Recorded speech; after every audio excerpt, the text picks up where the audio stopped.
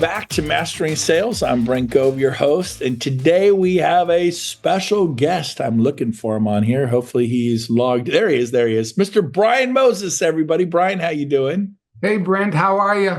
It's great to see you. I'm doing great. Now, if you can, before we go too far, go up to view, everybody. Go to view in the right-hand top of your screen and click on the word speaker.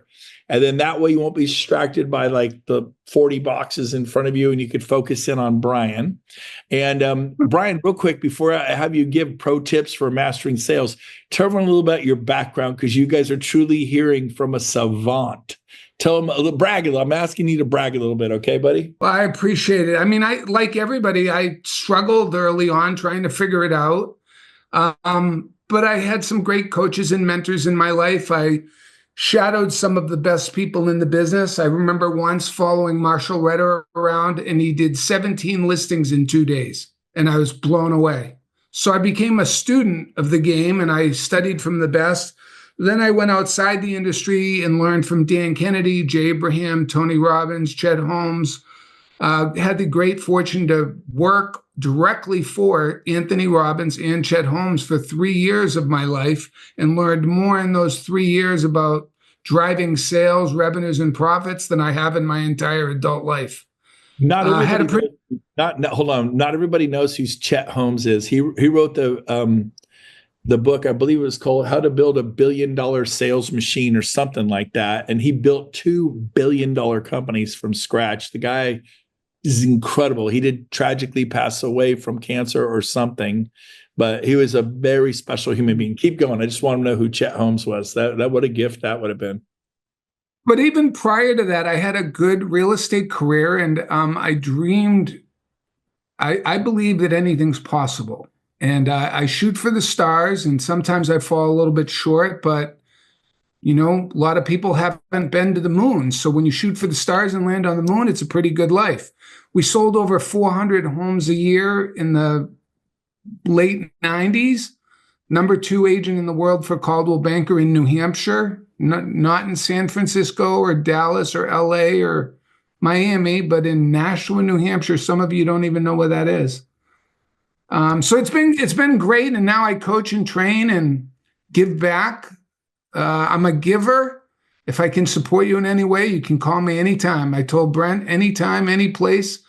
You get by giving. You just did an amazing call on that, Brent. Your 4 points. I hope everybody's coming to Cabo, but I'm excited to hear your other 12 too. I'm always learning. I'll work on those next week on the 1% Club. We'll get to them. I just tried to roll my. Okay, so we want to hear from you, man. What's your advice for these guys in the area of sales, either buyer, seller? Have at it. The floor is yours. Okay, so when you asked me to do this, I wanted to give them something that they never heard before. You know, this is a hack that I learned over time. My wife calls me the king of baby stepping. And, you know, we've been married going on 30 years, so she can see my baby steps coming a mile away. And she'll say, stop it. Like, you're going to ask me a bunch of questions where I'm going to say, yes, yes, yes, yes, yes. And then I'm going to Cabo. So I like to baby step people because it's really easy to get a little yes momentum than a big yes momentum. So I just had a call with a friend that Brent introduced me to. And he says, Brian, I've got this seller prospect, but they just won't put the house on the market. How many of you have a database of prospects and they just won't put the house on the market? So here's what I'd like you to do. If you call them and go, hey, Brent, are you ready to put the house on the market? They're going to go, no, we're not ready. Call me in another 2 months. We're going to wait till April or May. And their motivation is never your motivation. So if you'd like to accelerate results, try this little pro tip hack. Go, hey, Brent, I was wondering, I know you weren't planning on putting the house on the market yet, but I was wondering if I could share with one of my buyers that you're considering selling your home at the price that we talked about, or we could come up with a price.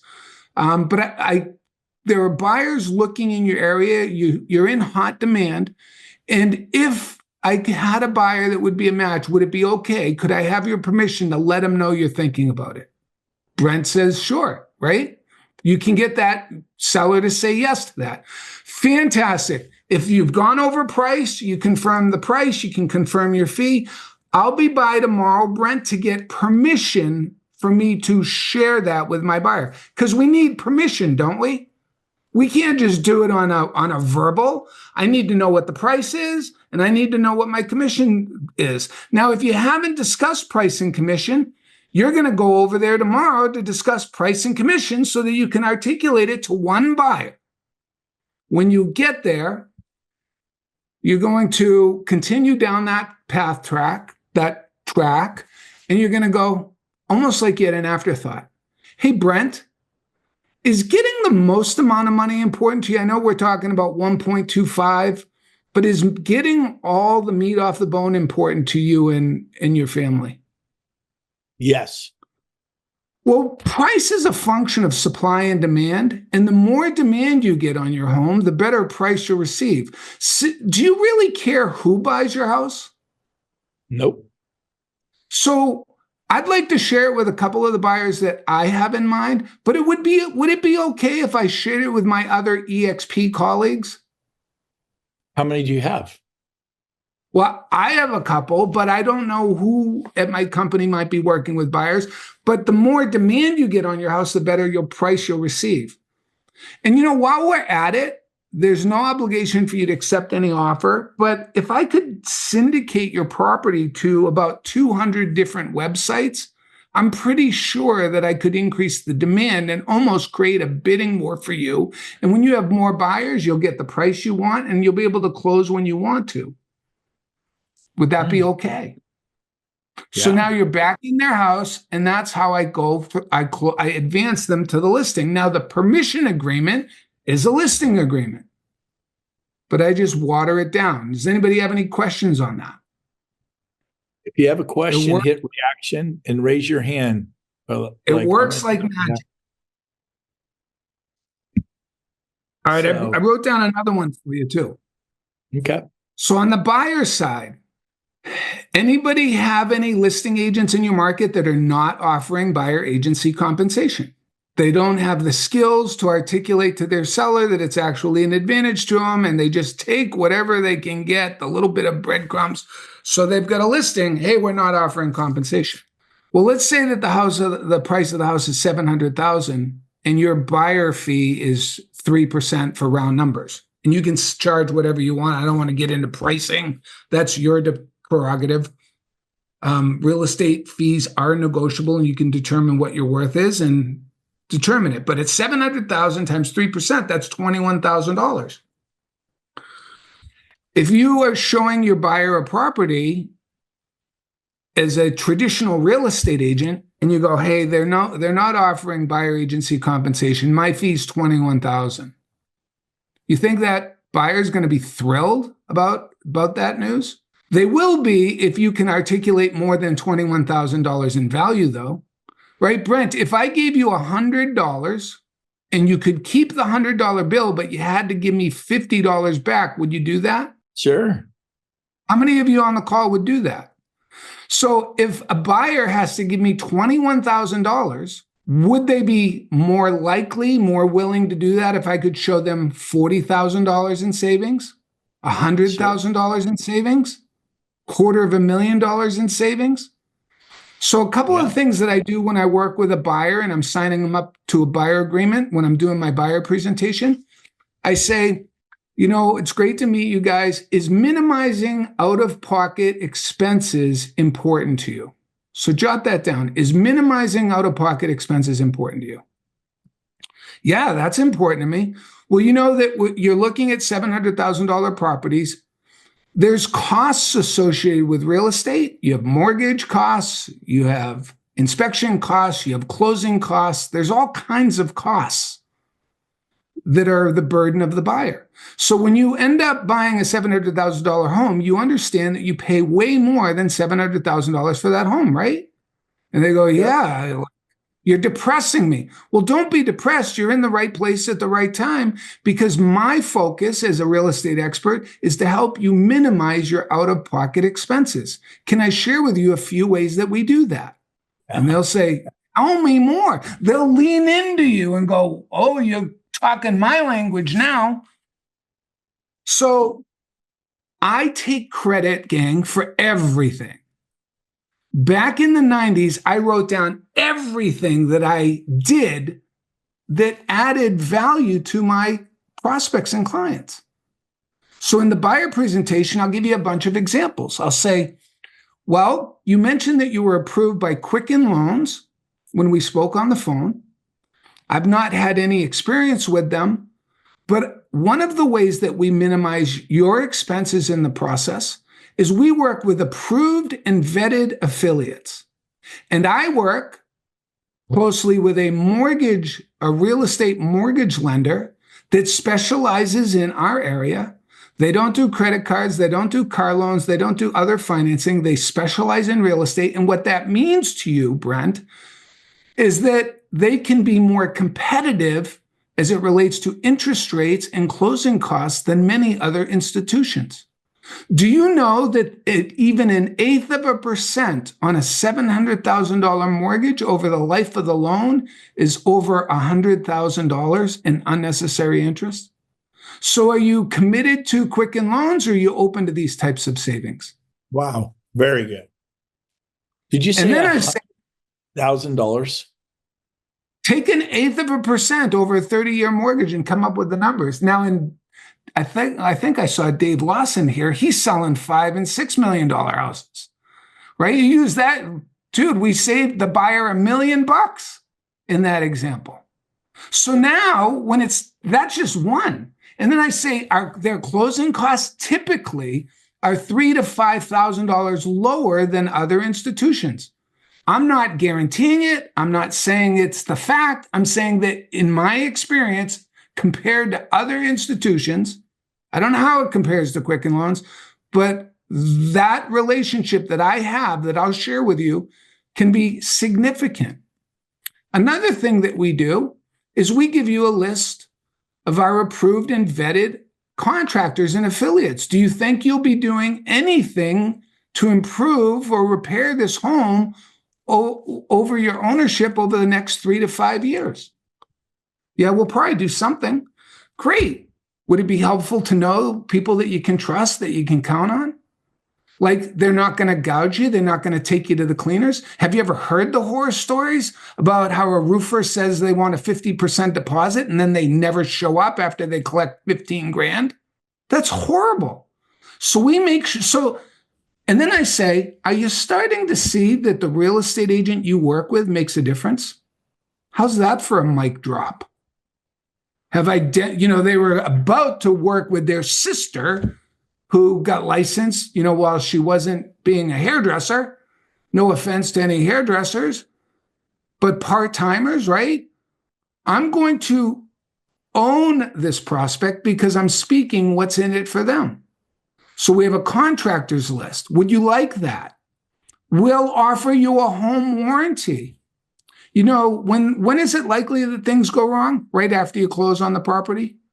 Now, I'm not saying I'm paying for the home warranty. I'm having the seller pay for the home warranty. We're going to make it available to you. Do you know how a home warranty works, Mr. Buyer? No, I'm not really sure. Well, it covers many of the mechanical components of the home, and for a small deductible, you're protected if your furnace goes, if your air conditioning compressor goes. How much is an air conditioning compressor? Any idea? How about a furnace or a water heater? Do you have any idea? Give me a number. You get $20,000. Maybe on the light side, but let's just use that as a number. So if we could save you $20,000 by having a small deductible, would that be something you'd want to know more about? So are you seeing that all real estate agents aren't the same, and the agent you work with matters? And Brent, are you comfortable with my skills and qualifications, or would you like to hear more? I'm good. You're perfect. Okay, so those are a couple of pro tips for working with the buyer and articulating your value. Outstanding. By the way, I would add sometimes, if I really wanted them, one of the neat things about me, and I'm probably the only agent in New Hampshire, in Sacramento does this, is I make sure you get a 2nd-year warranty. So you're going to actually be covered for 2 years on your property. And if I want them bad enough and it's competitive, I go, everyone else won. I mean, I'm not aware of a single agent does this, but this is a gift I will give to you for your family's safety and security. You will not have to worry 2 years. And I simply buy an extra year for them. And, cost you $300, $400 or whatever. But if you pick up a $1.2 million buyer, 800, it depends upon the buyer, but well worth it. It's a little side note. Awesome. Brian, so good, man. Loved it. And we did our 10 minutes. We did about 15. That was A+. And by the way, now you do coaching and training, right? You actually do some of that. Can you tell people what you do? I do. See who your ideal candidate is if they want to reach out to you? Well, my ideal candidate is anybody who's wants more in life, right? You want more. So I have a group program that's affordable that people can get this type of curriculum and training. I don't just coach and say you need a listing presentation, you need to have compelling offers. Yeah, you need that, but I tell you I give you examples of what those sound like, what those look like, and it's all transcribed, it's recorded, you can dive into it. It's a home study course, it's inexpensive. And then I have one-on-one coaching, but I am the coach. I don't have 500 coaches under me all telling you to do something different. I haven't figured out how to scale me in my experience, and I care deeply. So I have a great job, and if you're doing $250,000 or more a year in income, I don't want you to be worried about putting food on the table. One-on-one coaching, you can reach out to me. But if you just if you have a question, I'll hop on a call with you. Like, I care. I want to make a difference. I'm a giver. So I also don't let people take advantage. Group coaching is for people maybe making under $250,000, and then one-on-one under coaches for people $250,000, but they need systems and processes. So I have 2 opportunities for you depending on where you're at, and I specialize in. Go ahead. Lead generation. I'm putting your phone number in the chat. What's your cell phone number, real quick? Just email would be great. Okay. Brian@brianmoses.com is my private email address. Okay, I'm going to put it in the chat. Keep going. You were saying something interesting. So lead generation, right? There are motivated buyers and sellers in your market right now, and I can show you how to get them to raise their hand and identify themselves. So I don't chase, I don't beg, I don't hunt my sphere of influence or burden my past clients. Not that those are horrible strategies. I just have I found better ways. Lead conversion and client acquisition. And then I can also, depending on your goals, help you grow your average sales price so you have better quality of leads. I think we'd all agree that an $800,000 buyer is better than a $400,000 buyer. They have better jobs, they have better income. And, I do, in real estate, discriminate by price. Not by family origin, sex, gender, but by price. I don't want to sell $400,000 homes. That's okay for other people, or you build a team, but I don't want to do that. I want to work less, be with my wife and my kids. And the best part of raising your average sales price, gang, is guess who $800,000 people hang around with? Other $800,000 people. So when you get referrals, you're getting quality referrals. So I'd love to hear if I can support any of you. Feel free. I'll be in Cabo too. Come say hi. Come on, walk up to him. Walk up to him in Cabo at the beach, the pool, the spa. You'll see him at the event, at breakfast, lunch. He's around. He's a good dude. I put his email in the chat, everyone. That's Brian@brianmoses.com. If you make under $250,000, you might want to do his group coaching program. It's super affordable. And if you make over $250,000 and you want to go on to $500,000 or $1 million a year, he's done all that. Then you could talk to him about one-on-one coaching. And Brian, roughly how many homes have you sold in your career? I mean, well over 1,000, right? Yeah.